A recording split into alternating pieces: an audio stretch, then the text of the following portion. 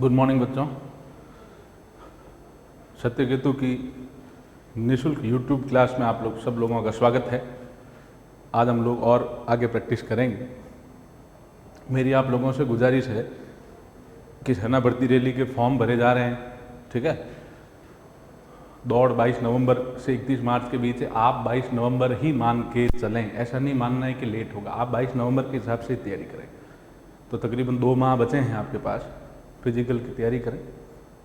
साथ में जिनका फिजिकल ठीक है वो बच्चे थोड़ा थोड़ा रिटर्न की तैयारी भी इन वीडियोज़ के साथ करते रहें। जब तक क्लासेस नहीं खुलती तब तक इनसे कुछ न कुछ सीखने को ही मिलेगा। भाई फिजिकल तो ग्राउंड में करते हो, अभी दोपहर में कोई फिजिकल कर नहीं रहे हो, समझ रहे हो बात को। फिजिकल के समय फिजिकल होता है, उस समय कर लिया, फिर जो टाइम बचता है उसमें धीरे धीरे थोड़ा रिटर्न का पढ़ते रहो, ताकि क्या होगा कि रिटर्न में भी आप अच्छा स्कोर कर पाओगे। आजकल मेरिटें थोड़ी हाई रहती है, केवल फिजिकल के नंबर या केवल रिटर्न के मार्क्स से नहीं होता, दोनों में आपको अच्छा परफॉर्म करना होता है, ठीक है। तो थोड़ा थोड़ा पढ़ते रहे तो फिर ग्राउंड फिट के बाद भी आपको बहुत ज़्यादा समस्या नहीं होगी। और अगर आप ग्राउंड में वैसे ही सही हो, कैसा 5:30 के अंदर टाइम आ रहा, 5:20, 5:15, 5:10, 5, इसका मतलब फिजिकल में निकलने के चांस काफ़ी अच्छे हैं आपके। तो फिर कोई दिक्कत ही नहीं, फिर रिटर्न की थोड़ी थोड़ी तैयारी रखें, ठीक है बच्चों। चलिए आज हम लोग, हालांकि कल का जो वीडियो था उसमें अगर आपने देखा हो तो मैंने कहा था कि एक तो सूत्रों को लिख लिख के याद करें। जो भी फॉर्मूलेज मैं बताता हूँ उनको नोटबुक में लिख लिख के याद करें। एक कॉपी बना लें, छोटे बच्चे लिखते हैं APPLE, एप्पल मतलब सेव, ठीक है। उस तरीके से लिख लिख के याद करो, समझ रहे हो बात को। ये चीज़ हम हमेशा कोई भी चीज़ लिख लिख के और बोल बोल के बोलो, लिखो और इस तरीके से याद करो। उससे क्या होगा, वो लंबे समय तक याद रहेगा। और याद हमेशा 4 की जगह 1 सूत्र करो, लेकिन ऐसा करना है बच्चों कि 6 महीने बाद भी आपको पूछे तो वो बिना लड़खड़ाए आप बोल पाओ। समझ रही बात। ऐसा नहीं सुबह याद किया शाम को बोल जाओ, नहीं नहीं, इससे अच्छा तो नहीं याद करना, ठीक है। सूत्रों को लिख लिख के याद करें। और जो सवाल वगैरह करवाता हूँ वो घर पे जाके दोबारा प्रैक्टिस करें, ठीक है। तो कई बच्चों को तो पता है, लेकिन कईयों को नहीं आइडिया। मैं बता देता हूँ वर्ग संख्या क्या होती है। जैसे 5, ठीक है, 5 है, 5 को अगर 5 से गुणा किया तो वो कितना आता है, 25। तो 5 की वर्ग संख्या जो है वो कितनी कहलाती है, 25। समझ आ रही बात।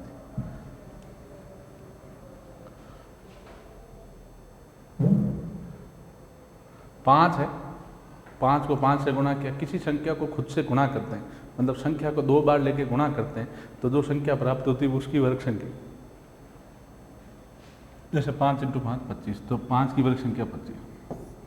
अब जो 25 वर्ग है, 25 वर्ग संख्या है, इस वर्ग का मूल, मूल मतलब होता है जड़, मूल मतलब जड़, उत्पत्ति किससे हुई भैया, 25 जो वर्ग संख्या उसकी उत्पत्ति किससे हुई है, 5 से।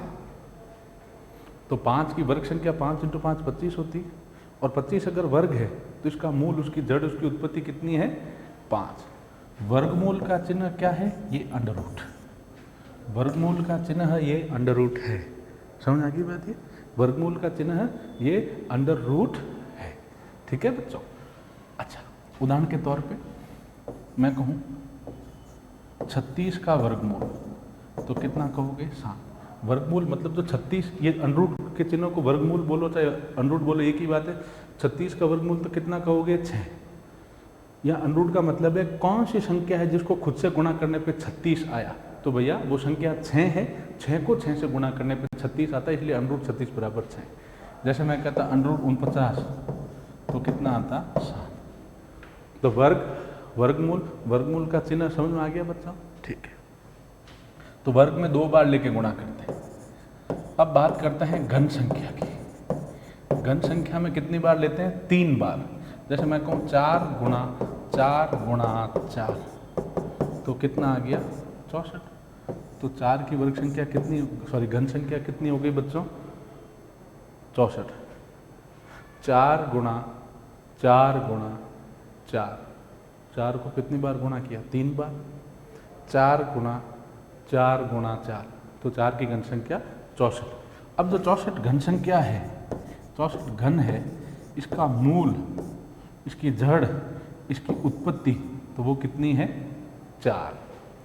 4 गुणा 4 गुणा 4 किया, 4 को 3 बार गुणा किया 64 आया। तो 4 की घन संख्या कितनी है 64। तो 64 4 की घन संख्या है। और अगर उल्टा पूछूं तो 64 घन संख्या है, उसका मूल, उसकी जड़, उसकी उत्पत्ति किससे हुई, तो क्या कहोगे 4 से। अच्छा, घनमूल का जो चिन्ह है वो अंडरूट के ऊपर कितना लिखा जाता है 3। देखो वर्गमूल के चिन्ह में और घनमूल के चिन्ह में अंतर क्या है, ध्यान से देखिए। वर्गमूल के चिन्ह में सिर्फ ये अंडररूट का चिन्ह आता है, घनमूल के अंदर अंडरूट के ऊपर कितना लिखा होता है 3। ये घनमूल है। जैसे मैं कहता, उदाहरण समझे, 64 का घनमूल तो कितना आता है 4। क्यों? क्योंकि 4 को 3 बार लेके गुणा करते हैं, 4 गुणा 4 गुणा 4 तब 64 आता है। तो घनमूल का मतलब वो कौन सी संख्या जिसको 3 बार लेके गुणा करने पर 64 आया, तो 4। मैं कहूँ 125 का घनमूल तो कितना आएगा 5, क्योंकि 5 × 5 25, 25 × 5 125। कोई डाउट है इसमें?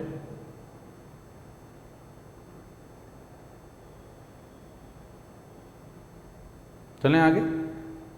ठीक है, तो किसी संख्या को अगर 2 बार लेके गुणा करते हैं तो वो वर्ग संख्या आ जाती है। जैसे 8 × 64, 9 × 9 81, 12 × 12 144, 17 × 17 290। ये समझ आ रही बात? और वर्ग संख्या, वर्गमूल किसको कहते हैं? जो वर्ग संख्या है वो किस संख्या से उत्पन्न हुई है, किस संख्या खुद से गुणा करने वो संख्या ही है, वो उसका वर्गमूल है। वर्गमूल का चिन्ह ये अंडरूट होता है। अंडरूट 36 मतलब 6, अंडरूट 49 मतलब 7, ऐसे। समझ आ गई बात? फिर बात करते हैं घन संख्या। घन संख्या में 3 बार लेते हैं। जैसे 4 गुणा 4 गुणा 4 तो 64, 3 बार लिया। ठीक है, तो 4 की घन संख्या 64। 64 जो घन है, इसका मूल, उसकी जड़ क्या है 4। समझ आ गई बात? चलें आगे। ठीक है, अच्छा।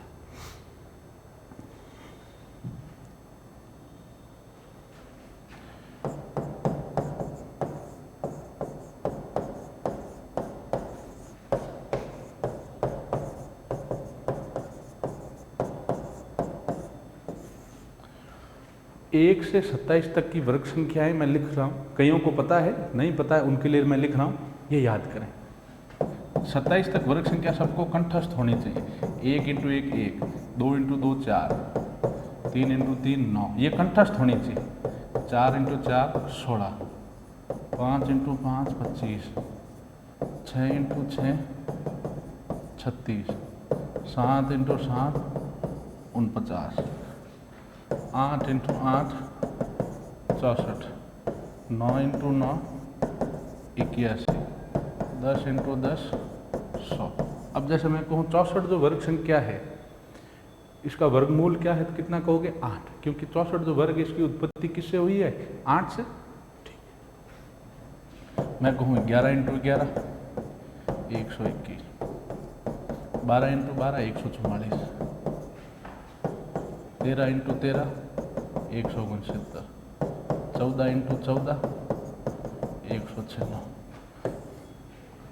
15 × 15 225, 16 × 16 256, 17 × 17 289, 18 × 18 324, 19 × 19 361, 20 × 20 400, 21 × 21 441,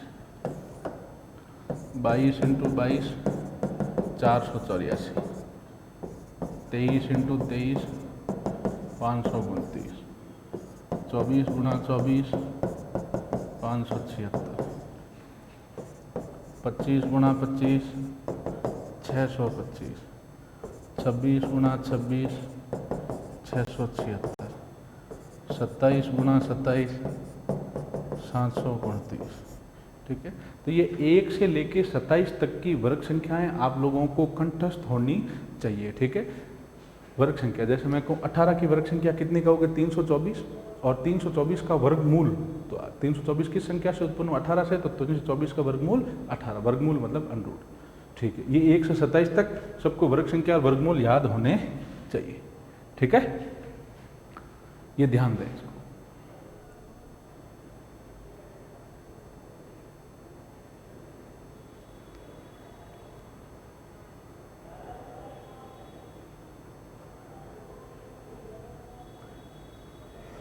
अब हम लोग बात करते हैं बच्चों घन संख्या की। मैंने बता दिया 3 बार लेके गुणा करते हैं तो घन संख्या 1 से 12 तक की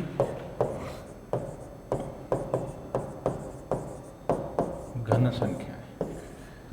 जैसे 1 गुणा 1 गुणा 1 बराबर 1, 2 गुणा 2 गुणा 2 बराबर 8, 3 गुणा 3 गुणा 3 बराबर 27, 4 गुणा 4 गुणा 4 64, 5 गुणा 5 गुणा 5 125, 6 गुणा 6 गुणा 6 216,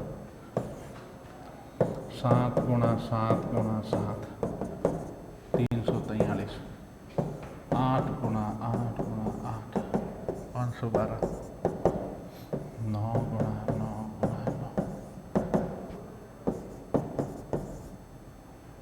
729, 10 गुणा 10 गुणा 10 1000, 11 गुणा 11 गुणा 11 1331, 12 गुणा 12 गुणा 12 1728। ठीक है बच्चों, ये आपको घन संख्या याद होनी चाहिए। जैसे 2 गुणा 2 गुणा 2, 2 को 3 बार गुणा किया 8 आया, तो 2 की घन संख्या कितनी हुई 8। इसी का उल्टा पूछूं, 8 का घनमूल कितना हुआ 2। अब वर्गमूल घनमूल में अंतर क्या है, वर्गमूल में सिर्फ अंडरूट होता है, घनमूल में अंडरूट के ऊपर कितना लिखा होता है 3। ठीक है, उदाहरण के तौर पे मैं अगर कहता हूँ 512 का घनमूल, ये वर्गमूल है घनमूल, घनमूल क्यों, क्योंकि अंडरूट के ऊपर कितना लिखा है 3।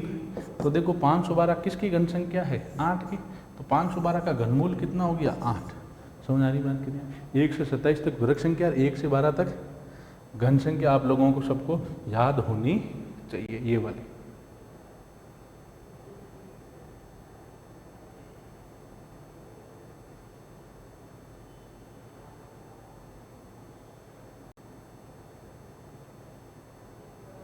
चलिए आगे चलते हैं।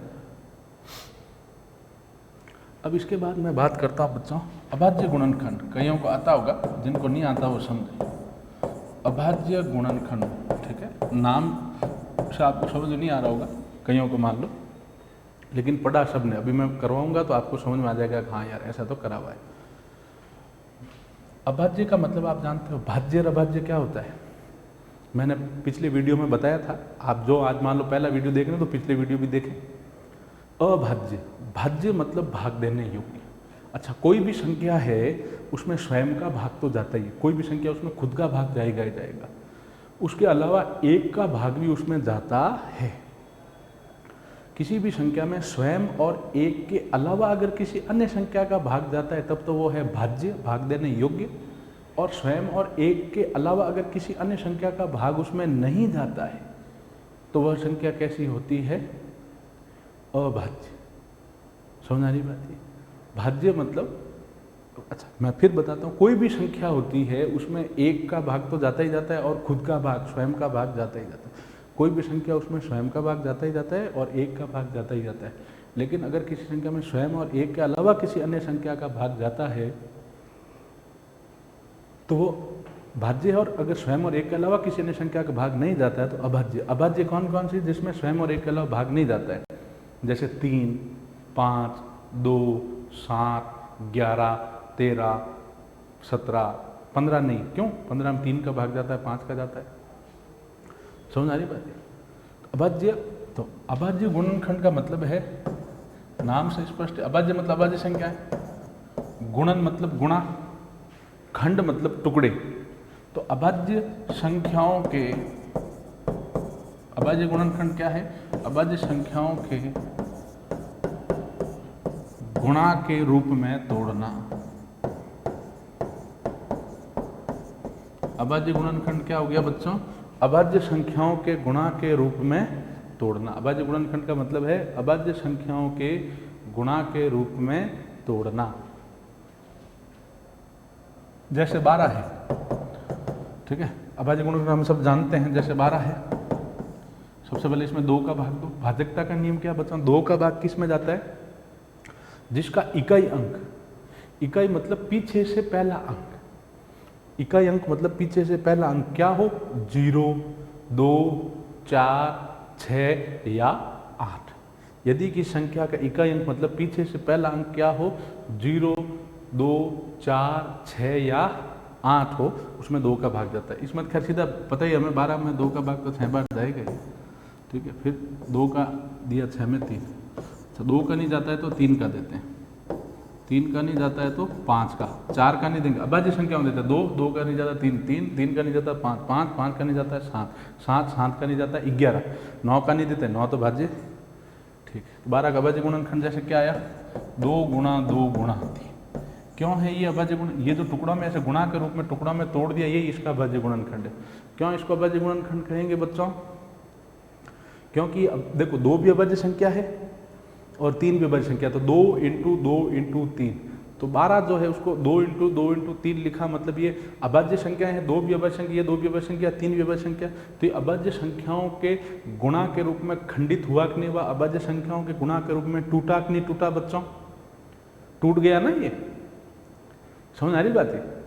तो इस तरीके से ये हम करते हैं। अब इसको देख के आपको समझ आ गया, हाँ यार अभाज्य गुणनखंड, सबसे छोटी संख्या 2 का भाग देते हैं, 2 का नहीं जाता है 3 का, 3 का नहीं जाता है तो 5 का, 5 का नहीं जाता है तो 7 का, इस तरीके से हम लोग भाग देके देखते हैं,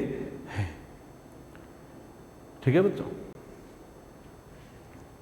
तो अभाज्य गुणनखंड क्या है कि किसी संख्या को अभाज्य संख्याओं के गुणा के रूप में तोड़ना। हम कुछ और अभाज्य गुणनखंड करते हैं, उससे आपको और समझ में आ जाएगा, ठीक है। जैसे मान लो 72 है, 72 का अभाज्य गुणनखंड करना है 72, ठीक है। सबसे पहले 2 का भाग देके प्रयास करेंगे, जा रहा है कि नहीं जा रहा। इकाई अंक पे कितना है, 2 है, पीछे से पहला अंक इकाई अंक कर लो, इकाई अंक पे कितना है 2, ठीक है, तो 2 में भाग दो, अच्छा 2 है इसमें तो 2 का भाग जाएगा। 2 की भाजकता का नियम क्या, यदि किसी संख्या का पिछला पहला अंक, पीछे से पहला अंक इकाई अंक कहलाता है, इकाई अंक यदि 0, 2, 4, 6 या 8 है तो उसमें 2 का भाग पूरा पूरा जाता है। 2 का भाग 7 में दिया 3 बार, 2 दिया 6, 7 में 6 घटाए फीचर 1 लिख दिया, 12 में 2 का भाग 6, फिर 2 का भाग 3 में गया 1 बार, 2 1 2, 3 में 2 घटाए फीचर 1 लिख दिया, हो गया 16, 16 में 2 का भाग 8 बार, फिर 2 का भाग दिया 9, 3 का भाग दिया 3, 3 का भाग दिया 1, तो 72 क्या हो जाएगा बच्चों, 2 गुणा 2 गुणा 2 गुणा 3 गुणा 3, ये 72 का अभाज्य गुणनखंड। इनको गुणा करके देख लो, वापिस मान 72 ही आएगा। 2 × 2 4, 4 2 8, 8 3 24, 24 3 72।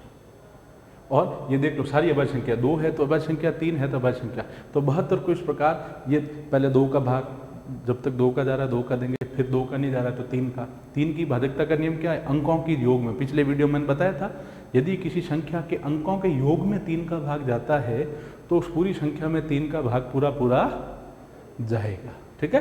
तो ये अभाज्य गुणनखंड। एक दो और करते हैं बच्चों, फिर हम लोग आगे बढ़ेंगे।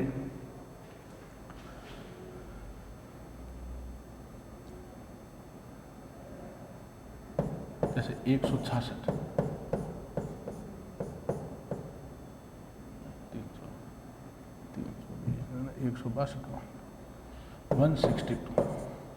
162 का अभाज्य गुणनखंड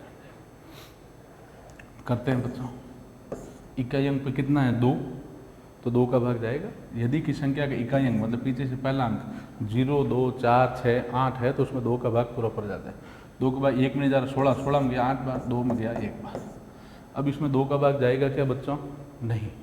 अब देखते हैं 81, 81 में 2 का भाग जाएगा क्या, नहीं, क्योंकि इकाई अंक पे कितना है 1, इकाई अंक पे 1 है, मतलब इसमें 2 का भाग पूरा पूरा नहीं जाएगा। तो 3 का भाग जाएगा कि नहीं जाएगा। अंकों को जोड़ो, 8 + 1 करो। 3 की भाजकता का नियम क्या है, अंकों के योग में यदि 3 का भाग जाता है तो पूरी संख्या में 3 का भाग जाएगा। 81 में जाएगा कि नहीं जाएगा, कैसे पता करेंगे, जोड़ेंगे। 8 + 1 जोड़ा 9, 9 में 3 का भाग जाता है तो 81 में जाएगा। दिया 3 का भाग, 8 में गया 2 बार, 3 दूना 6, 8 में 6 घटाए पीछे रहा 2, 2 लिख दिया, हो गया 21, 21 में 3 का भाग दिया 7, फिर 3 का भाग दिया इसमें सीधा 9 बार, फिर 3 का भाग दिया 3, फिर 3 का भाग दिया 1। 162 का अभाज्य गुणनखंड क्या आएगा? 2 इंटू 3 इंटू 3 इंटू 3 इंटू 3। समझ आ रही बात कि नहीं आ रही? तो 162 को इस प्रकार जो लिखते हैं ये इसका अभाज्य गुणनखंड है। तो किसी भी संख्या को अभाज्य संख्याओं के गुणक के रूप में लिखना, यही क्या कहलाता है बच्चों? उसका अभाज्य गुणनखंड। इसका उपयोग कहाँ है? वर्गमूल निकालने में, घनमूल निकालने में, समझ आ रही बात? और लसब मसब निकालने में इसका बड़ा ही उपयोग है। और सरलीकरण में भी कई जगह जैसे काटा पीटा जो होता है ना, काटना अगर कोई संख्या को होता है तो इसका उपयोग वहाँ पे भी हो जाता है। चलिए अब हम बात करते हैं वर्गमूल की।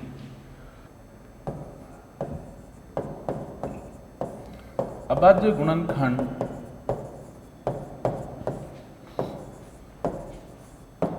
विधि से वर्गमूल ज्ञात करना। अभाज्य गुणनखंड विधि से हम लोग वर्गमूल कैसे ज्ञात कर सकते हैं ये देखते हैं। अभाज्य गुणनखंड क्या होता है वो हमने देखा है बच्चों अभी। समझ आ रही बात है भाई? अभाज्य गुणनखंड क्या होता है ये हमने अभी देखा है। समझ आ रही बात? अब अभाज्य गुणनखंड से वर्गमूल या घनमूल कैसे निकालते हैं वो देखते हैं। सबसे पहले मान 144 का वर्गमूल। तो 144 का वर्गमूल तो आपको याद होना चाहिए। 144 किसकी वर्ग संख्या है? 12 की। 144 किसकी वर्ग संख्या है बच्चों? 12 की। तो 144 का वर्गमूल 12 आएगा अभाज्य गुणनखंड विधि से। लेकिन इसको करने का तरीका क्या है? 144 लिखा, अभाज्य गुणनखंड करेंगे। विधि का नाम ही क्या? अभाज्य गुणनखंड विधि से वर्गमूल ज्ञात करना। 172 लिखा, इकाई अंक 4 है, 2 का भाग दिया। 2 का भाग 1 में नहीं जा रहा, 14, 14 में गया 7 बार, फिर 2 का भाग 4 में 2 बार, फिर 2 का भाग, इकाई अंक 2 है, फिर 2 का भाग 7 में दिया 3 बार, 2 3 6, 7 में 6 घटाए पीछे रह हो गया 12, 12 में 2 का भाग 6, फिर 2 का भाग दिया 3 में गया 1 बार, 2 एकम 2, 3 में 2 घटाए पीछे रह हो गया 16, 16 में 2 का भाग 8, फिर 2 का दिया 9, 3 का दिया 3, 3 का दिया 144 का अभाज्य गुणनखंड क्या हो जाएगा? 2 into 2 into 2 into 2 into 3 into 3, ये इसका अभाज्य गुणनखंड है। समझ आ रही बात है? अब यहाँ ध्यान दें, अभाज्य गुणनखंड तो हमने निकाल दिया, लेकिन यहाँ पे चूंकि वर्गमूल है तो सुनिएगा, हमें अभाज्य गुणनखंड विधि से अगर वर्गमूल निकालना है तो जिस संख्या का वर्गमूल निकालना है बच्चों, जिस संख्या का वर्गमूल निकालना है उसका अभाज्य गुणनखंड करना है और वो लिख देना है। ठीक है? 144 का वर्गमूल निकालना है, 144 का अभाज्य गुणनखंड किया, जो संख्याएं आई अभाज्य गुणनखंड में उसको अंडर रूट में लिख देना है। ठीक है? वर्ग संख्या कब आती है? जब संख्या को 2 बार लेके गुणा करते हैं तो वर्गमूल में 2 2 का जोड़ा बनाना है। और घन संख्या कब आती है बच्चों? जब 3 बार लेके संख्या को गुणा करते हैं तभी घन संख्या आती है। तो घनमूल निकालना है तो 3 3 का जोड़ा। बाकी तरीका वही सेम है। अभाज्य गुणनखंड विधि से अगर वर्गमूल निकालो चाहे घनमूल निकालो, सबसे पहले संख्या का अभाज्य गुणनखंड कर देंगे। सबसे पहले संख्या का क्या कर देंगे? अभाज्य गुणनखंड। उसके बाद वर्गमूल निकालना है तो उन समान संख्याओं का 2 2 का जोड़ा बनाएंगे। समान संख्या मतलब 2 का जोड़ा 2 के साथ, 3 का जोड़ा 3 के साथ, 5 का जोड़ा 5 के साथ, समान संख्याओं का 2 2 का जोड़ा बनाएंगे बच्चों। उसमें से एक एक अंक बाहर ले लेंगे। समझ आ रही बात? समान संख्याओं का जोड़ा बनाएंगे, उसमें से एक एक अंक बाहर ले। ठीक है बच्चों? और उनको गुणा कर लेंगे अगर वर्गमूल है तो, क्योंकि वर्ग संख्या 2 में 2 बार लेते हैं। और अगर घन संख्या है, और यदि घन संख्या है तो घन संख्या में 3 3 का जोड़ा बनता है। घन संख्या में कितने का जोड़ा बनता है? 3 3 का। वर्ग संख्या में 2 2 का जोड़ा बनता है और घन संख्या में 3 3 का जोड़ा बनता है। तो ये अभी तो अपना वर्गमूल है तो वर्गमूल में 2 का जोड़ा बनेगा, घनमूल है तो 3 का जोड़ा, वर्गमूल है 2 2 का जोड़ा बनाओ समान अंक का, 2 2 का जोड़ा, 2 2 का जोड़ा, 3 3 का जोड़ा। एक एक अंक बाहर ले लिया 2, इस जोड़े में से, इस जोड़े में से 2, इस जोड़े में से 3, गुणा किया, कितना आ गया बच्चों? 12। 144 का वर्गमूल कितना होता है? 12। उसी प्रकार अगर मैं कहता हूं अभाज्य गुणनखंड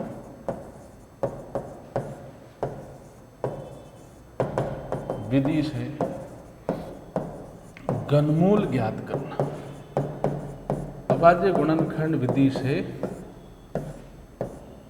घनमूल ज्ञात करना। ये तो अभी हमने वर्गमूल देखा, अब हम लोग देख रहे हैं अभाज्य गुणनखंड विधि से घनमूल ज्ञात करना। अगर मैं कहता हूं 1728 का घनमूल, घनमूल में और वर्गमूल में क्या फर्क होता है बच्चों? अंडर रूट के ऊपर, अच्छा वर्गमूल में केवल अंडर रूट होता है, वर्गमूल में केवल अंडर रूट होता है, घनमूल में अंडर रूट के ऊपर कितना लिखा होता है? 3। ये घनमूल है, ठीक है। तो इसमें सब अभाज्य गुणनखंड विधि से, तो सर्वप्रथम अभाज्य गुणनखंड विधि से चाहे वर्गमूल निकालना चाहे घनमूल निकालना है, संख्या का अभाज्य गुणनखंड करेंगे। 1728 का निकालना घनमूल, 1728 लिख दिया, इनका अभाज्य गुणनखंड करेंगे। इकाई अंक पे कितना है? 8, 2 का भाग जाएगा। जिस संख्या का इकाई अंक मतलब पीछे से पहला अंक 0, 2, 4, 6, 8 हो, उसमें 2 का भाग जाता है। 2 का भाग 1 में नहीं जा रहा है, 17 में दिया, 17 में 8 बार, 2 × 16, 17 में 16 के टाइप पीछे एक लिख दिया, हो गया 12, 12 में 2 का भाग 6 बार, अब 2 का भाग 8 में 4 बार दिया, 2 का भाग 8 में गया 4 बार, 6 में गया 3 बार, 4 में गया 2 बार। इकाई अंक पे 2 है, फिर 2 का भाग दिया, 4 में गया 2 बार, 2 का भाग 3 में गया 1 बार, 2 एकम 2, 3 में से 2 कटे पीछे रहा 1, हो गया 12, 12 में 2 का भाग 6 बार, फिर 2 का भाग। यहाँ एक स्टेप ध्यान देना, यहाँ कई बच्चे कलाकारी कर देते हैं। 2 का भाग 2 में दिया 1 बार, अब 2 का भाग 1 में जा रहा है क्या बच्चों? ध्यान से समझें इसको, यहाँ अक्सर गलतियाँ करते हैं। 2 का भाग 2 में दिया 1 बार, 2 का भाग 1 में जा रहा है क्या? नहीं। आगे अंक पड़ा है कि नहीं पड़ा है बच्चों? आगे अंक ये 6 पड़ा है, आगे अंक पड़ा है और भाग नहीं जाता है तो भाग टूटने पे शुभ लगती 0 लगता है। फिर ये दूसरा अंक 1, 2 का भाग 2 में दिया 1 बार, नहीं जा रहा, ठीक। अब 2 का भाग 1 में दिया, नहीं जा रहा है, 2 का भाग 1 में नहीं जा रहा, ठीक है। आगे अंक है कि नहीं? है। 2 का भाग 1 में नहीं जा रहा, आगे अंक है 6, ठीक है। तो आगे अंक पड़ा है और भाग नहीं जाता तो भाग टूटने पे शुभ लगती 0 लगती, ठीक है। अब 6 ले लो इसके साथ, 1 के साथ हो गए 16, 16 में 2 का भाग 8 बार। आगे अंक पड़ा हो और भाग नहीं जाता है तो भाग टूटने पे शुभ लगती 0 लगती। आप खुद कायदे सोचो, 216 का आधा 108 होगा ना। कई बच्चे क्या करते हैं, 2 का भाग 2 में दिया 1 बार, फिर 16 में दिया 8 बार, 18। अरे भैया 216 का आधा 18 होता है क्या? 18 तो 36 का आधा होता है, तो इसके विशेष ध्यान दें, 0 आता है। 2 का भाग 2 में दिया 1 बार, 2 का भाग 1 में नहीं दिया, 1 में दिया, नहीं जा रहा है। अब 2 का भाग 1 में नहीं जा रहा है, आगे अंक पड़ा है 6, कहाँ पड़ा है? तो 2 का भाग 1 में नहीं जा रहा है, भाग टूट गया, भाग टूटी शुभ। अब दूसरा अंक ले लो, हो गए 16, 16 में 2 का भाग 8, फिर 2 का भाग 1 में नहीं जा रहा, 10, 10 में गया 5 बार, 8 में गया 4 बार, फिर 2 का भाग दिया 5 में 2 बार, 2 दूनी 4, 5 में 4 घटाए पिछड़ा 1 लिख दिया, 14, 14 में 2 का भाग 7 बार, हो गया ये तो। अब आगे मैं हल कर लेता हूँ, ये 27 है। अब 27 में किसका भाग जाएगा? 3 का, कितनी बार? 9 बार, फिर 9 में 3 का भाग 3 बार, फिर 3 में 3 का भाग 1 बार। यही इसका अभाज्य गुणनखंड होगा। एक दो बार प्रैक्टिस करोगे समझ में आ जाएगा। 2 की भाजकता का नियम तो क्या? जिसका इकाई पीछे से पहला अंक 0, 2, 4, 6, 8 हो, उसमें 2 का भाग जाता है। 3 की भाजकता का नियम क्या है? अंकों के योग में 3 का भाग जाना चाहिए, अंकों के योग में 3 का भाग जाना चाहिए। अब 1728 का घनमूल निकालना है, तो 1728 का जो घनमूल है उस अभाज्य गुणन को सीधा सीधा लिख दो इस घनमूल वाले के अंदर। 2 × 2 × 2 × 3 × 3 × 3। 1728 का घनमूल निकालना है, हमने अभाज्य गुणनखंड किया, लिख दिया सीधा सीधा। अब घनमूल है तो कितने का जोड़ा बनेगा? 3 3। वर्गमूल में 2 2 का बनाते हैं समान संख्याओं का, 2 का जोड़ा 2 के साथ, 3 का जोड़ा 3 के साथ, ऐसे ही बनेगा समान अंक के साथ। लेकिन वर्गमूल है तो दो दो का, घनमूल है तो तीन तीन का। ये वर्गमूल है, घनमूल घनमूल, क्योंकि अनरूट लिखा होता है तब वर्गमूल होता है, अनरूट के ऊपर तीन लिखा मतलब घनमूल। तो दो दो दो, तीन तीन तीन का जोड़ा बनता है, तो ये 3 बार, ये 3 बार, ये 3 बार। एक अंक ले लिया, इसमें से 2, इसमें से 2, इसमें से 2, गुणा किया, उत्तर आ गया 12। 2 × 2 4, 4 3 12। तो 17 27 का घनमूल कितना आ गया? 12। आप गुणा करके चेक भी कर सकते हो। घनमूल है 17 27 का 12, तो 12 × 12 × 12। 12 को अगर 3 बार गुणा करोगे 17 27 आ जाएगा, क्योंकि 12 का अपना अगर 17 27 का घनमूल 12 आया है तो 12 का घन भी कितना होगा? 17 27। तो 12 × 12 × 12, 3 बार गुणा करोगे 1728 प्राप्त होना चाहिए। कोई डाउट है इसमें? ठीक है। अब एक चीज ध्यान दें बच्चों, और वर्ग संख्या है तो 2 बार लेके गुणा कर दो। चलिए अब हम लोग आगे चलते हैं बच्चों अगले पेज पे। ये समझ आ गया? 17 27 का घनमूल निकालना, अभाज्य गुणनखंड किया, समान अंकों का 3 3 का जोड़ा बनाया, उसमें एक एक अंक बाहर लिया, गुणा किया।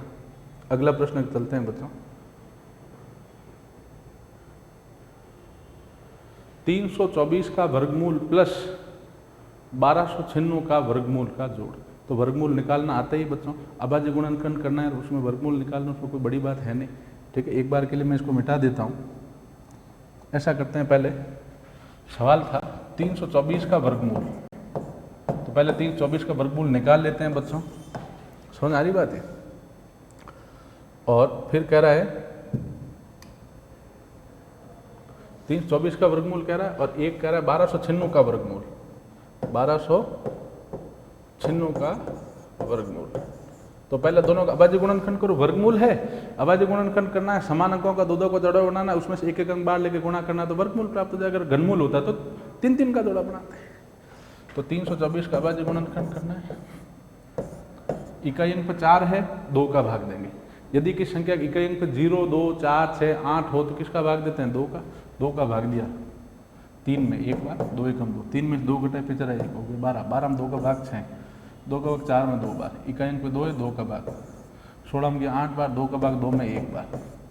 अब इसमें 2 का भाग जाएगा क्या बच्चों? नहीं, क्योंकि इकाई अंक पे 1 है। 3 का जाएगा, क्यों?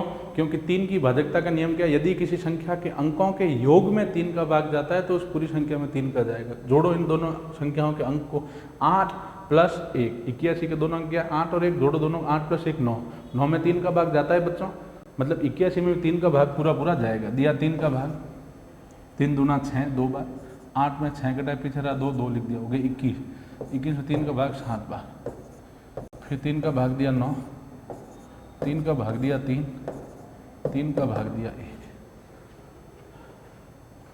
तो 324 का वर्गमूल बराबर क्या आ गया बच्चों? 2 × 2 × 3 × 3 × 3 × 3, एक एक अंक बाहर आ जाएगा, 2 2 का जोड़ा बनता है, 2 × 3 × 3, वर्गमूल कितना आ गया? 18। और वैसे आपको याद होना चाहिए, 27 तक वर्गमूल तो याद होना ही चाहिए। तो 324 किसकी वर्ग संख्या? 18 की। ये तो आपको कंठस्थ होनी ही चाहिए, लेकिन नहीं है तो ऐसे अभाज्य गुणनखंड कर देंगे। 324 का समान अंक का 2 2 का जोड़ा बना देंगे, एक एक अंक बाहर ले गुणा करेंगे, 18 आ गया। अब 1296 इसका अभाज्य गुणनखंड करना है। इकाई अंक पे 6, 2 का भाग जाएगा, 1 में नहीं जा रहा, 2 और लिया, 12, 12 में 2 का भाग 6 बार, 2 का भाग 9 में 4 बार, 2 चौक 8, 9 में से 8 घटाए पीछे रहेगी, 1 लिख दिया, हो गया 16, 16 में 2 का भाग 8 बार, इकाई 8 है, इकाई अंक पे 8 है, 2 का भाग जाएगा, 2 का भाग 6 में गया 3 बार, 4 में गया 2 बार, 8 में गया 4 बार, इकाई अंक 4 है, 2 का भाग दिया, 2 का भाग 3 में गया 1 बार, 2 एकम 2, 3 में 2 घटाए पीछे हो गया 12, 12 में 2 का भाग 6, 2 का भाग 4 में 2 बार, फिर 2 का भाग 1 में नहीं जा रहा, 16, 16 में गया 8 बार, 2 में गया 1 बार। अब 3 का भाग जाएगा, इसमें 2 का नहीं जाएगा क्योंकि इकाई अंक पे 1 है, 3 का भाग इसमें जाएगा, क्यों?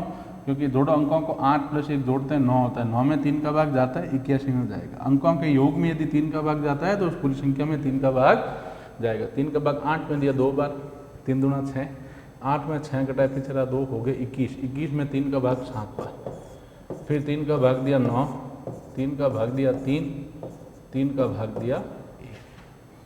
तो 1296 जो है इसका अभाज्य गुणनखंड क्या आ गया, 2 into 2 into 2 into 2 into 3 into 3 into 3 into 3। समान अंक का एक 2 2 का जोड़ा बनाएंगे, वर्गमूल है तो 2 2 का जोड़ा बनाते हैं, घनमूल है तो 3 3 का, 2 2 का जोड़ा, 2 2 का जोड़ा, 3 3 का जोड़ा, 3 3 का जोड़ा। एक एक अंक बाहर आ जाएगा, इस जोड़े में से 2, इस जोड़े में से 2, इस जोड़े में से 3, इस जोड़े में से 3, गुणा किया 2 इंटू 2 4, 4 इंटू 3 12, 12 इंटू 3 36। तो इसका वर्गमूल कितना आ गया बच्चों, 36। समझ आ रही बात। तो पिछले प्रश्न में क्या था, √ 324, 324 का वर्गमूल प्लस √ 12 छिन्नों का वर्गमूल। तो इन दोनों का वर्गमूल हमने निकाल दिया, उसका वर्गमूल 18 आया, इसका वर्गमूल 36 आया। क्या किया, अभाज्य गुणनखंड किया, ठीक है। अभाज्य गुणनखंड विधि से वर्गमूल घनमूल निकालना है तो सबसे पहले संख्याओं का अभाज्य गुणनखंड कर लेंगे, फिर वर्गमूल है तो 2 2 का जोड़ा बनाएंगे, घनमूल है तो 3 3 का जोड़ा बनाएंगे, उसमें से एक एक अंक बाहर लेके गुणा करेंगे तो वर्गमूल प्राप्त हो जाएगा। 324 का वर्गमूल 18, 1296 का वर्गमूल 36, ये यहाँ लिख देंगे सीधा। हमें पता है 324 का वर्गमूल कितना आया था 18 प्लस 1296 का वर्गमूल कितना आया था 36, दोनों को जोड़ा, उत्तर कितना आ गया बच्चों 54। सी ऑप्शन आपका करेक्ट। समझ आ रही बात, कोई डाउट है इसमें? चलें आगे। तो वर्गमूल घनमूल निकालने में कोई डाउट है? अभाज्य गुणनखंड विधि से वर्गमूल घनमूल निकालना है तो अभाज्य गुणनखंड कर लेना। वर्गमूल की स्थिति में 2 2 का जोड़ा बनाओगे, घनमूल की स्थिति में 3 3 का। वर्गमूल और घनमूल पता कैसे करोगे कि चिन्ह किसका? केवल अंडरूट हो तो वर्गमूल है, अंडरूट के ऊपर 3 लिखा है तो वो घनमूल है। आगे चलते हैं। अब अगला सवाल है, ये तो सरलीकरण का एक सवाल है आसान, लेकिन ये पता होना चाहिए। प्रश्न है 3x + 5 = 20 में x का मान ज्ञात कीजिए। सरलीकरण का एक नियम है बच्चों, भाई x का मान निकालना है मतलब एक तरफ क्या होना चाहिए, केवल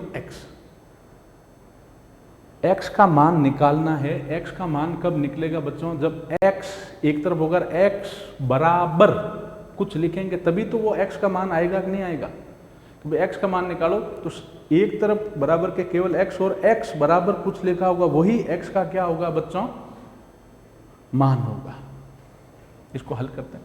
सरलीकरण इन चीज़ों को, बराबर वाली जो चिन्ह है इनको हल करते समय क्या होता है, बराबर से एक तरफ से अगर दूसरी तरफ लेके जा रहे हैं, बराबर या जो सरलीकरण में जो हल करते हैं उसमें अगर एक से दूसरी तरफ लेके जाते हैं बच्चों तो चिन्ह चेंज होता है। एक से दूसरी तरफ लेके जाते हैं तो चिन्ह चेंज होता है। प्लस है तो क्या होगा माइनस, माइनस है तो क्या होगा प्लस, उल्टा होता है। गुणा है तो क्या होगा भाग, और भाग है तो क्या होगा बच्चों गुणा, उल्टा होगा, जस्ट उल्टा। प्लस में है बराबर के उस तरफ लेके जाएंगे माइनस में हो जाएगा, माइनस में है बराबर के उस तरफ लेके जाएंगे प्लस में हो जाएगा, गुणा में है बराबर के उस तरफ लेके जाएंगे भाग में चला जाएगा। अच्छा बटा कह दो चाहे भाग कह दो एक ही बात है। समझ आ रही बात? जैसे अंश बटा हर करते हैं, किसी संख्या कोई संख्या बटे कोई संख्या करते हैं, मतलब ऊपर वाली संख्या नीचे वाली संख्या का भाग ही देना, बटा कह दो भाग कह दो एक ही बात है। समझ आ रही बात? तो गुणा में है तो वो भाग में जाएगा, भाग मतलब बटा, और भाग में है तो गुणा में जाएगा, भाग में है तो वो गुणा में जाएगा, भाग मतलब बटा, भाग में है तो गुणा में जाएगा। जैसे 3x + 5 = 20 है, ठीक है। एक चीज़ और याद रखें आप, साइड में मैं बता देता हूँ, यहाँ उल्टा होता है, प्लस है तो माइनस होगा, माइनस है तो प्लस होगा, गुणा है तो भाग होगा, भाग है तो गुणा होगा। कब? जब बराबर के एक तरफ से दूसरी तरफ ले जाते हैं। तो चिन्ह नहीं दिया हुआ होता है तो चिन्ह गुणा का मानते हैं। जैसे 3x लिखा, केवल इसका मतलब है 3 × x, याद रखें। जैसे मैं कहता हूँ 3 * x तो भी है 3 × x, मैं कहता हूँ 2 * 3 तो भी क्या है 2 × 3 मतलब 6। समझ आ रही बात कि नहीं आ रही? चिन्ह नहीं दिया है तो चिन्ह किसका मानेंगे, गुणा का। चिन्ह नहीं दिया होता है अगर दो संख्याओं के बीच में या दो पदों के बीच में, अगर चिन्ह नहीं दिया है दो संख्याओं या दो पदों के बीच में तो चिन्ह किसका माना जाता है बच्चों, गुणा का। किसका चिन्ह माना जाता है बच्चों, गुणा का। ठीक है, ठीक है। अच्छा एक पॉइंट और याद रखें, भाग कह दो चाहे बटा कह दो, एक ही बात है। अगर कोई संख्या बटे में है मतलब 2/3, इसका मतलब 2/3 है। बटा कह दो चाहे भाग कह दो, एक ही बात है। इसको हल करते हैं बच्चों। x का मान निकालने का मतलब इस तरफ केवल x होना चाहिए, x बराबर में आएगी सब संख्याएं, बाकी वाली इधर आ जाएगी, तब x का मान आएगा। सबसे पहले प्लस माइनस को उधर ले जाते हैं, प्लस की चीज़ है उधर ले जाएंगे, माइनस की हो जाएगी सबसे पहले, ठीक है वैसा करेंगे। या माइनस है तो बराबर के उस तरफ ले जाएंगे, वो प्लस की हो जाएगी। इस तरीके से करना है। प्लस है तो माइनस हो जाएगा, माइनस है तो प्लस हो जाएगा, बराबर के उस तरफ लेके जाना है। तो ये 5 प्लस का है बच्चों, इधर आएगा तो किसका हो जाएगा, माइनस का। तो 3x बराबर 20 माइनस 5। x का मान निकालना है, बाकी सबको इधर लिखाएंगे संख्याओं को। तो सबसे पहले प्लस माइनस वाली संख्याओं को बराबर के उस तरफ लेके जाते हैं। 5 प्लस का है, उधर आएगा, उल्टा होता है मैंने कहा। 5 प्लस का इधर आया, किसका हो गया, माइनस का। तो 3x बराबर 20 में से 5 के पीछे कितने रह गए, 15। ठीक है। अब मैंने एक चीज बताई थी बच्चों, 3x है, 3 और x के बीच में कोई चिन्ह नहीं दिया है। मैंने बताया चिन्ह नहीं दिया हुआ होता है तो चिन्ह गुणा का मानते हैं। जैसे 3x मतलब 3 इंटू एक्स होता है, 3 कोष्टक x, कोष्टक मतलब भी गुणा होता है। कोष्टक अगर है 2 के बीच में, चिन्ह नहीं दिया ना, कोष्टक में चिन्ह कहाँ है, 2 3 और x है, सिर्फ कोष्टक दिया, चिन्ह नहीं दिया। कोष्टक का मतलब भी गुणा होता है।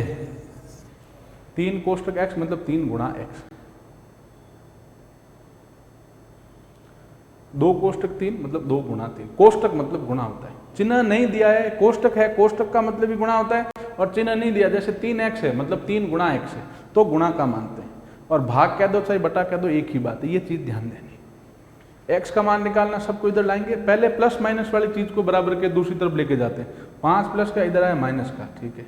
20 में से 5 गया 15, 3x बराबर 15। अब ये 3 गुणा में है, 3x का मतलब 3 इंटू एक्स है, तो गुणा की चीज बराबर के इस तरफ आएगी तो किस में आएगी, भाग में। मैंने बताया उल्टा होता है, प्लस है तो माइनस होगा, माइनस है तो प्लस होगा, गुणा है तो भाग होगा, भाग है तो गुणा होगा। तो 3x मतलब 3 गुणा में है, 3x का मतलब 3 इंटू एक्स, क्योंकि चिन्ह नहीं दिया तो चिन्ह गुणा का मानते हैं। 3x है मतलब 3 इंटू एक्स है, ठीक है। मैं चलो मैं एक बार समझाने के लिए यहाँ लिख ही देता हूँ।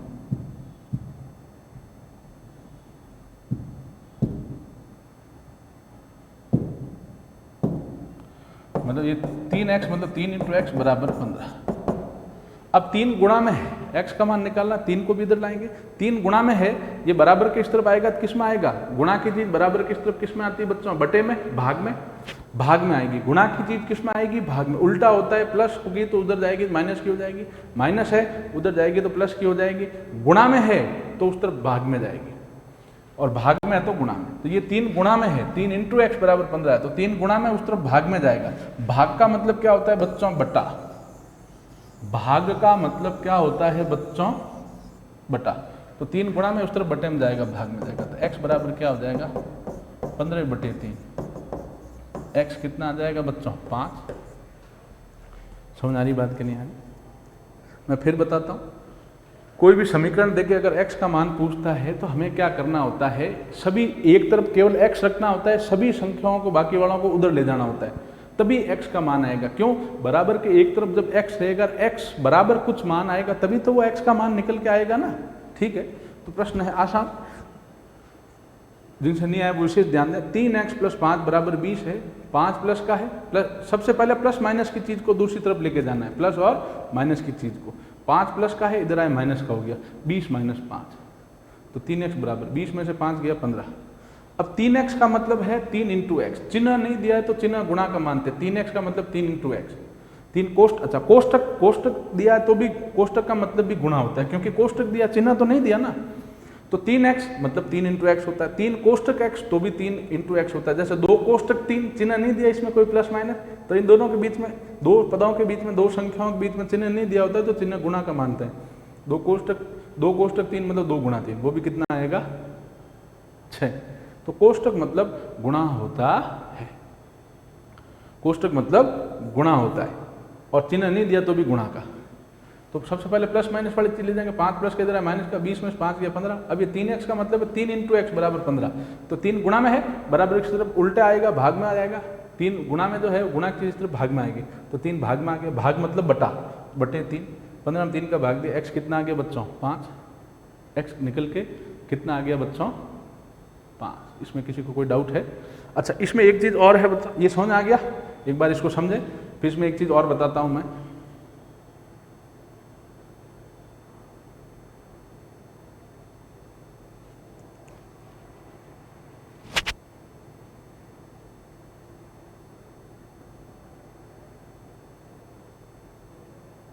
ठीक है, अब ध्यान दें, एक चीज और है बच्चों,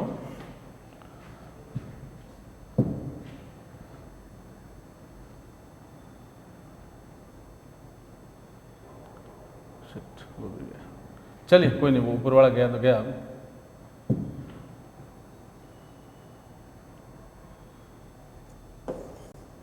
समीकरण क्या था, याद करो, समीकरण था 3x + 5 = 20।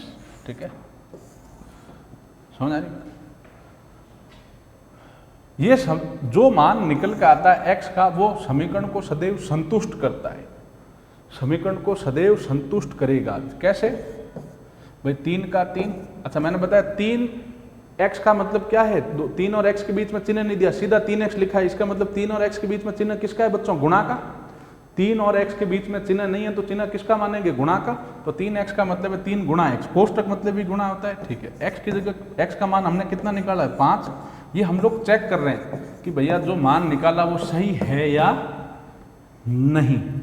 x का मान 5 रख दिया तो हो गया, x की 5 रख दिया, ठीक है, 3 कोष्टक 5 + 5 = 20। कोष्टक मतलब गुणा होता है, चिन्ह नहीं दिया 3 और x के बीच में तो भी 3 × x है, x की 5 रख दिया, 3 × 5 कितना हो गया? 15 + 5 = 20। 15 और 5 20, 20 = 20 आ रहा है कि नहीं आ रहा बच्चों? 20 20 के बराबर होता है, तो ये संतुष्ट कर रहा है। अगर 20 20 = 20, 25 = 25, 40 = 40 ये आता है तो इसका मतलब समीकरण को संतुष्ट कर रहा है। क्यों? क्योंकि 20 तो 20 के बराबर होगा। अगर 18 = 20 आ जाता है तो क्या वो संतुष्ट कर रहा है बच्चों? क्या 15 = 20 आ जाता है तो क्या वो संतुष्ट कर रहा है? नहीं। तो आप ऐसे भी इसको कर सकते हैं बच्चों कि आपके x के जो 4 मान ऑप्शन में दे रखे हैं, x के मान के जो 4 मान आपको ऑप्शन में दे रखे हैं, ऑप्शन ए से x का मान x की जगह रखें, देखें समीकरण को संतुष्ट कर रहा है कि नहीं कर रहा है। a से नहीं कर रहा है तो b देखें, समझ आ रही बात है? b नहीं कर रहा है तो c देखें। ठीक है, कोई डाउट है इसमें? c नहीं कर रहा है तो d देखें। कैसे? मैं बता देता हूं।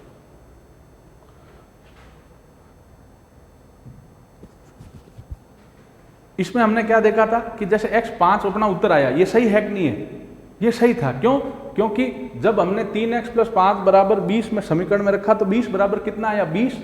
तो 4 ऑप्शन में से चारों मान x की जगह रख के उसको जोड़ बाकी गुणा भाग करके मान निकालो। चारों में से एक ऑप्शन में जैसे 20 = 20 आ जाएगा, या 15 = 15, या 40 = 40, या 30 = 30, ऐसा आ जाएगा।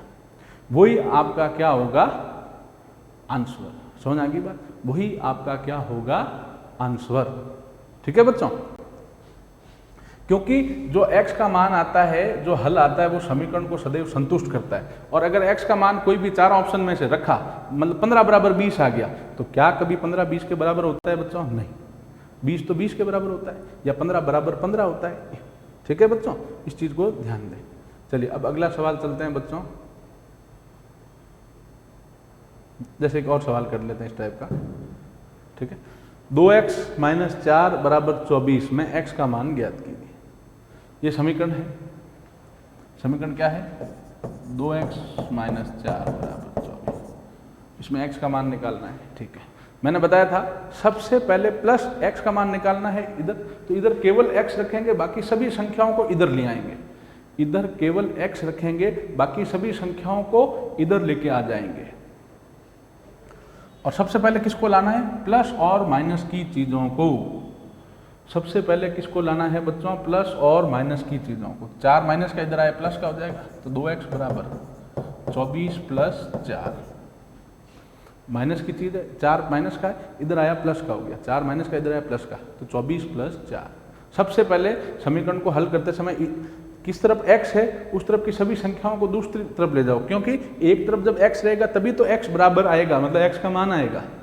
तो इधर ये सब ले जाओ, सबसे पहले प्लस माइनस की चीज को लेके जाना, 4 माइनस का इधर आया प्लस का, उल्टा होता है, ठीक है। तो ये हो गया 2x बराबर 24 और 4 कितना हो गया 28। अब ये 2x मतलब क्या होता है बच्चों, 2 गुणा x, मैंने बता दिया था। 2x का मतलब क्या होता है बच्चों, 2 गुणा x। तो इसको मैं क्या लिख सकता हूँ, 2 इंटू एक्स बराबर 28। अब x बराबर क्या आ जाएगा, 2 गुणा में है वो इस तरफ भाग में आएगा, x बराबर कितना आ जाएगा बच्चों 14। 2 गुणा में है वो इस तरफ किस में आएगा, भाग में।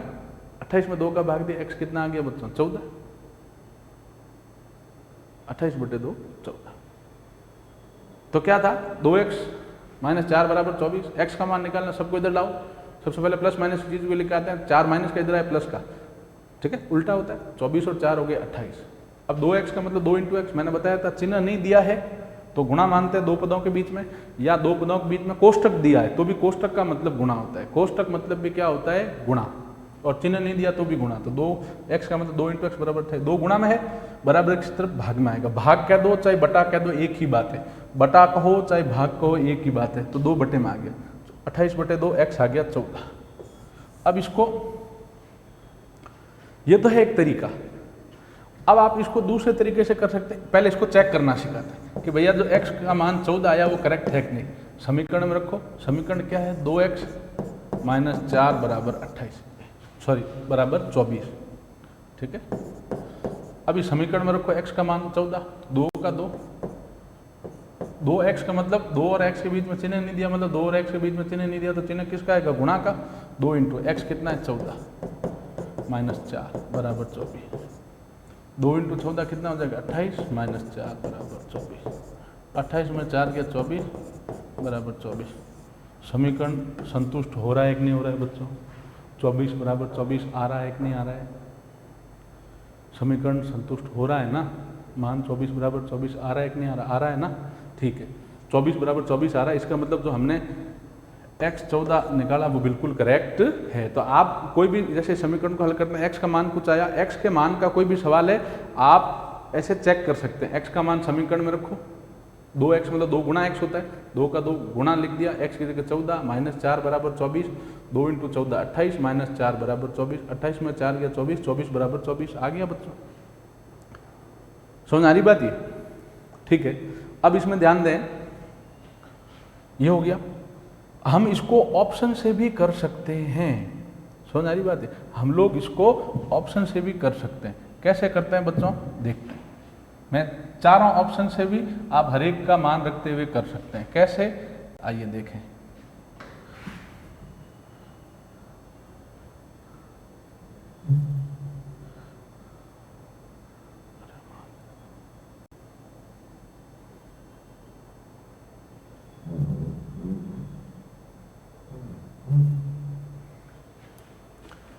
जैसे 4 ऑप्शन है, 4 ऑप्शन से करना देखते हैं इसको, ठीक है। ध्यान दें, 4 ऑप्शन है। ऑप्शन ए कितना है 10, तो x जगह कितना रख दो, कोष्टक मतलब गुणा होता है, 2 इंटू एक्स जगह कितना रखोगे 10 माइनस 4 बराबर 24, ठीक है। तो 2 इंटू 10 कितना हो गया 20 माइनस 4 बराबर 24, 20 में 4 गया 16 बराबर 24। क्या 16 कभी 24 के बराबर होता है बच्चों, नहीं। तो क्या ये ऑप्शन करेक्ट होगा। ऑप्शन से कैसे करते हैं देखते हैं। 4 ऑप्शन है, हर एक का मान रखो समीकरण में। पहला ऑप्शन में x का मान दे रखा 10, 10 का मान रख दिया x की जगह, 2x का मतलब 2 गुणा x है, 2 का 2, x जगह कितना रख दिया 10 माइनस 4 बराबर 24, 2 इंटू 10 20, 20 माइनस 4 16, 16 बराबर 24 है। क्या 16 24 के बराबर होता है, नहीं। ऑप्शन बी 2x माइनस 4 बराबर 24, इसमें रखो आप x का मान कितना रखोगे, ऑप्शन बी में कितना है 12, तो 2 इंटू एक्स जगह कितना रख दिया 12, क्योंकि 2x चिन्ह नहीं दिया तो 2x के बीच में तो गुणा का मानेंगे, 2 इंटू 12 माइनस 4 बराबर 24, 2 इंटू 12 24 माइनस 4 बराबर 24, 24 में 4 गया 20, 20 बराबर 24। क्या 20 कभी 24 के बराबर होता है बच्चों, नहीं। सी ऑप्शन चेक करते हैं। x 14 ही मान आया था, देख लेते हैं। 2 इंटू एक्स है, 2x मतलब 2 इंटू एक्स, चिन्ह नहीं दिया गुणा का चिन्ह मानते, 2 इंटू एक्स के मान 14 रख दिया। ऑप्शन सी में कितना मान दे रखा है एक्स का 14 रख दिया। -4 बराबर 24, 14 इंटू 2 28 -4 बराबर 24, 28 में 4 गया 24 बराबर 24 के बराबर आ रहा है। तो इसका मतलब जो मान निकाला वो करेक्ट है कि नहीं बच्चों? तो ऑप्शन सी करेक्ट हुआ कि नहीं हुआ? क्यों? क्योंकि जो सी मान x 14 दे रखा है वो समीकरण में रखते हैं बच्चों, तो क्या हो रहा है, समीकरण संतुष्ट कर रहा है 24 बराबर 24। बाकी में देख लो जैसे नहीं करेगा उसमें, जैसे 16 बराबर 24, क्या 16 24 के बराबर होता है? नहीं। या 20 बराबर 24, क्या 20 और 24 बराबर होते हैं? नहीं। जो संतुष्ट करेगा उसमें जैसे 24 बराबर 24 आ जाएगा, 24 24 के बराबर होता ही है। ठीक है बच्चों, समझ आ रही बात ये? चलिए आज यहीं तक, इन सवालों को दोबारा वापस करें और रोज थोड़ा थोड़ा थोड़ा पढ़ते रहें। अपने आप 2-3 महीने लगातार रहोगे तो अपने आप मौसम पकड़ लोगे। ठीक है बच्चों, थैंक यू।